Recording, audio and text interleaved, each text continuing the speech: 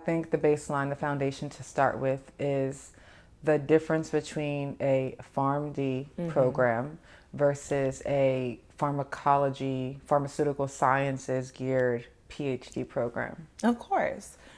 So I think the main thing, right, is PharmD, Doctor of Pharmacy, it's a professional doctorate. So you're dealing more in applied science, right? So you're applying the science and knowledge surrounding everything that has to do with, the dispensing, compounding, and use of medication so that it's provided to patients safely and effectively. And so that usually is going to entail a lot of therapeutics in your coursework. You're going to have the physiology, pathophysiology, drug pharmacology as well. And then, but it's all geared towards the application, which is in the realm of pharmacy, which like the end goal is, dispensing, proper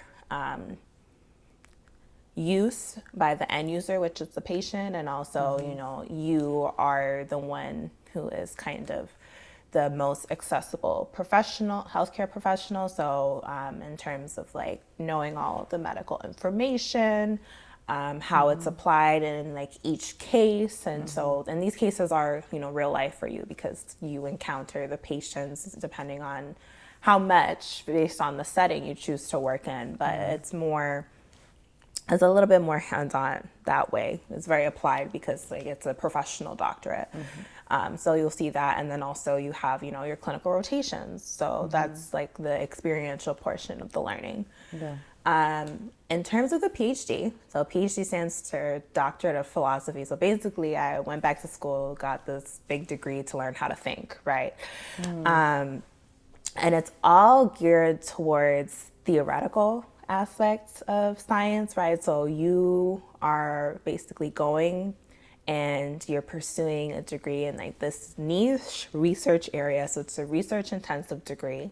Instead of all the coursework that you have during your PharmD degree, you're going to have about give or take 2 years of intensive high-level graduate coursework where you're going down into the theory of everything that you're learning. And it gives you the good foundational knowledge for you to be able to pick a subject area, and you're going to research, whether it's an original project or you join, your advisor's lab because you have similar research interests and they kind of give you a project and then it develops into a little bit more of your own research because you're the one conducting the research. But the main difference there is that in order to get your PhD, there's substantial time you commit to research and developing yourself as an independent thinker and scientist,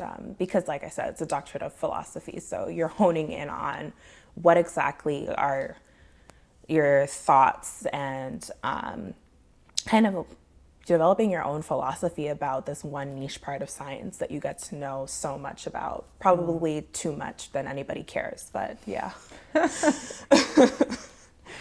And a PharmD program, I believe the minimum year can take is 3. Yeah. If you decide to do an accelerated program. Yes, as a strictly graduate degree. Yep. Yeah, where you're going straight through, no breaks. Right. Compared to a PhD program. You're not done until they tell you you're done. What does that mean? So what is... You're not done until they tell you you're done. No, all jokes aside, basically, like research is the winding, meandering road. So depending on how long, your experiments or whatever type of research you're conducting takes to produce, a full body of work, your dissertation or your thesis, it can take anywhere from... across the pond in Europe, these degrees are strictly 3 years, but in the United States, it can take anywhere upwards from 4 to however long it takes you to finish it. No, we need more than that. What is the maximum? What is the maximum you've seen it take? The maximum that I have seen it take is 7. But that's a very like research intensive degree, and that's usually not in, I would say, like pharmaceutical science or clinical pharmacology. I'm just speaking broadly, like as a degree. But usually in my area, it's usually like 4 to 6 years. Okay. Yeah. And pharmacies, PharmDs, masters, you are paying to get these degrees. Yes. Fellowships and residencies and PhDs, you are getting paid. Yes. To do these things. Exactly. So it's, I think, more on like the experience side, because what's expected of you, similar to, I guess, like your fellowship and residency, right? Like you operate kind of independently, and there are things that are expected of you. In a PhD, you're the one conducting the research. Of course, you have an advisor and, you know, faculty or committee that you answer to, but ultimately, like, you function independently. You're the one who has to conduct the research, write everything up. You're responsible for it all. So in that similar way, you're kind of an employee of the institution. Okay, that's a good way to think about it. And the elements of the program. So in a PharmD, like you mentioned, there's your coursework, there's the didactic work and the coursework, and then there's the experiential work. So you're going on your clinical rotations. Right. And there's internships and shadowing that you can do. What are the main functional elements within a PhD program? Right. So we also have our didactic coursework is usually about 2 years in a PhD, and then you have your research. So you have that's the majority of the years of the degree is dedicated to you conducting your research and putting together a body of work that stands alone. Within that time, many institutions, you're also required to teach. So you are fulfilling like teaching assistantship, whether it's based on like credit hours or you do it to fund your PhD. There is a teaching component, so that part is different from your PharmD. And also, the other thing that I would say is there are no like scheduled, I guess, summers really, like because you're an employee of the institution, so you kind of go all year round, because it is basically you've taken it on as a job for their like postgraduate training. So it usually does work around the clock. That being said, there are opportunities for you to pursue internships to get that sort of real world experience while you're doing that degree. I had the pleasure of pursuing internships while I was in my PhD, and I do recommend it because it does give you that experience to know what you're doing and what you've learned and how it applies in the real world. That's a good thing to note. I did not know that. I thought that you had like seasoned breaks between. No. Okay, living that employee life. Right. Okay, and so how does that? I know you didn't go through a master's program or the fellowship route, but I'm sure you did a little bit of research. Right. So what did you find in your research that made those two elements different?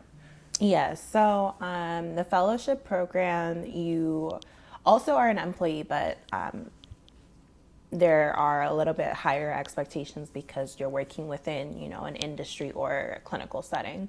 Okay. And you function independently. So there's that knowledge expectation of you. And it's more of, I would say, training rather than education. So it just depends on like what you're looking to get out of it. I knew the way I wanted to hone in on my skills, I needed structured education as opposed to specific set aside training where I could learn things on the job. A lot of fellowship programs do give you the option to also get a master's degree in something related. So if a master's degree is like something that you feel might be more your speed, you can combine it with the experience while pursuing, your fellowship program. That's an option. Just keep in mind that a master's degree you do pay for. So a lot of times I have seen that it does help being in a fellowship and pursuing your master's because you kind of get a little bit more of that cost balance. But there are a lot of standalone master's programs, usually a 2-year commitment. You do coursework, and then depending upon the program, you might also need to do research and defend a master's thesis. Yeah, that's a lot. That's a lot. But I can see with anything that you're interested in pursuing, it makes it worth it. Right. So you have to be very clear. You probably shouldn't be making these big decisions without being very clear on exactly what you want to do.